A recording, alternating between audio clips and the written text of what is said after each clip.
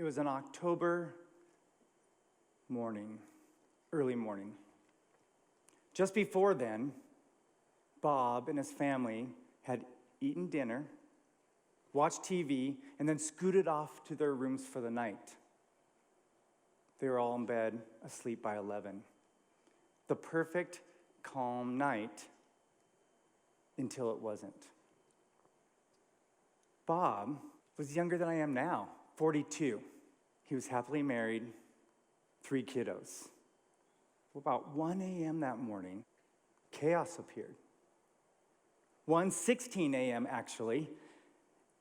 Bob, are you okay? Just guttural noises. Bob had stopped breathing. His heart stopped. He was in cardiac arrest. Bob, said Diane, his wife. Nothing. Diane, a school teacher, jumped into classroom mode. She called 911. Help! My husband's not breathing. Yes, I know CPR.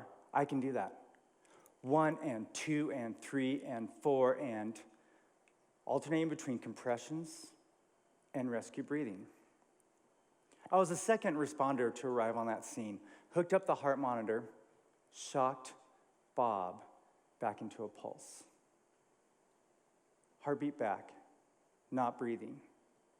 Consider rescue breaths. What would you do in this situation? After 25 years in EMS, those chaotic scenes like that are my office. I'm a flight paramedic on a helicopter, and I get 2 comments regularly. 1, what was your most memorable call? And number 2, I can never do what you do. I freeze during emergencies.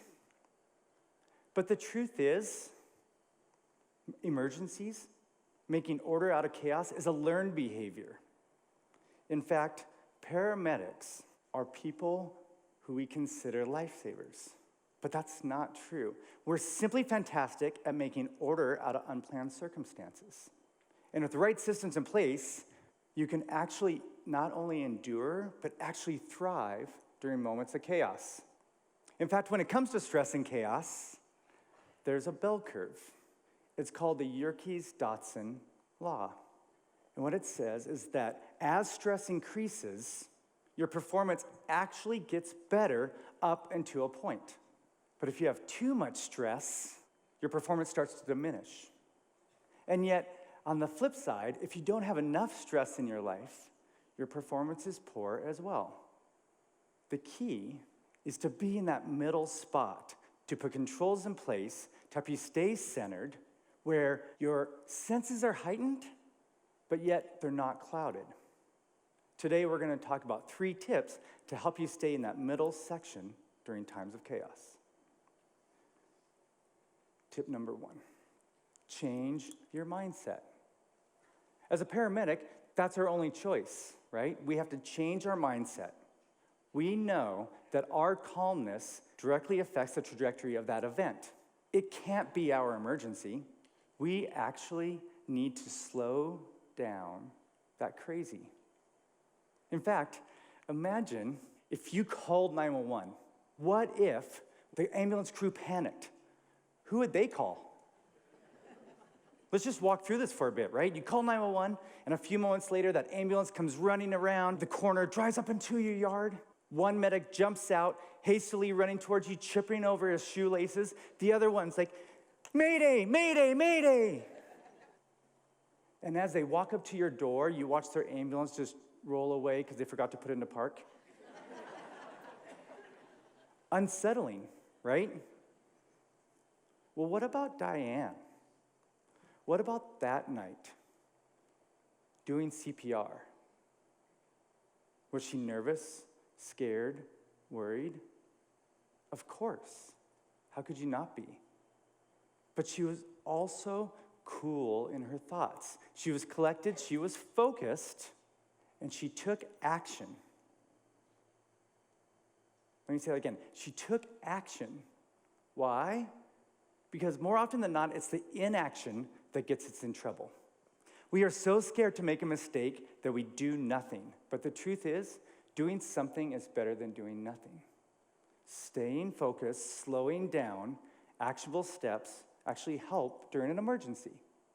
And they also help during everyday life. You know that morning where everything just goes perfect and then it doesn't? You know, you wake up early, you're all prepped for your TEDx presentation, you have the coffee prepped, your kids are ready for school, your lunch pack is packed. As you're walking out the door, a pipe bursts. And as you go to under the sink to manage that, one of your kids throws up their cereal everywhere. Your morning is gone. But when it's changing your mindset, let's fast forward a little bit. It's now the weekend. Over a glass of wine with your friends, you're retelling the story. But this time, the story's even that much greater, right? That sink and the pipe that burst, it's now a geyser like Yellowstone National Park. And that kid, it's like Old Faithful, like erupting out of his mouth. It's no worries. You got this under control. You have the plumber on the phone, you're cleaning up the mess, you're comforting the child, and you head off to work and crush the best performance of your life. What changed? In fact, as you're telling the story, your friends are actually sitting there and they're glued, right? Because it's actually like a Coast Guard helicopter. There's a hoist and you're hanging from this wire. And you're like, give me your hand. You're this hero to them. But there wasn't actually anything that changed. You didn't go to work exasperated. You slowed down. You focused. You fixed the things you could fix. You changed your mindset. Tip 2. Practice makes better. We don't always say that, do we? A colleague of mine would always say, practice makes better. When I was in paramedic school, it was about the skill. Each class focused on one thing. How do we start IVs? Medications, actions, pathophysiology, reading ECGs, on and on and on. But as we progressed through school, it wasn't about individual skills, it was about the scenario. How do we treat the patient? How do we manage a chaotic scene? Final exam. It was a 10-foot by 5-foot equipment closet that was simulated as the elevator. There was a mannequin in there, and the mannequin was having chest pain. It was my job to treat the patient all by myself. I walk in, nervous, ready to treat this patient, and the instructor turns off the light and says, the power just went out. Hands me one of these, right? Pen light. Do you see physicians use in your pupils? Keep going, he says. I did. The patient and the scenario got worse, despite anything I did. Full cardiac arrest now, compressions, ventilation, managing the airway, starting IVs. All in all in the dark with a pen light in my mouth. And that's when the chaos actually started. See, the physician then took music, turned it up, and started blaring it loud while bouncing a basketball by my head and asking exam questions. I walked out of there. That was brutal.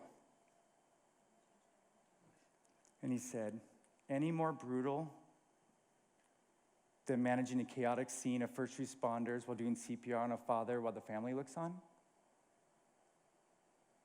The point was well taken, right? It was my job to practice managing chaotic scenes so I can get better at it. Consider Diane that night doing CPR. Was it perfect? Who knows? But more importantly, who cares? Because it wasn't about being perfect. It was actually doing something. It was her action. She had taken CPR classes as a school teacher. She had practiced those skills, a skill she never thought she would have to use until she did. Practice makes better. Tip 3, control the things you can control. When I get onto shift, we never know what we're gonna see We never know where we're going to be, and we never know what type of patients we will encounter. So what we do is we plan for the unplanned by making a plan, right? We manage the things we can manage. We check out our gear. We meet with our team. We ask questions. How are you feeling today? Any aircraft maintenance? How's the weather? I lay out my flight gear, my helmet, my flight suit, my jacket. We're prepared for the unknown. And in the same way, you can do that too.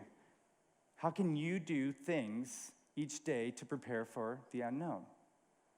Maybe it's simple checklists. It's that grocery list that's shared amongst the family.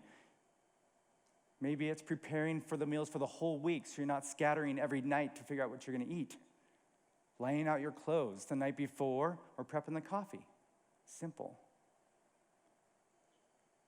That night, Diane and the kids did just that.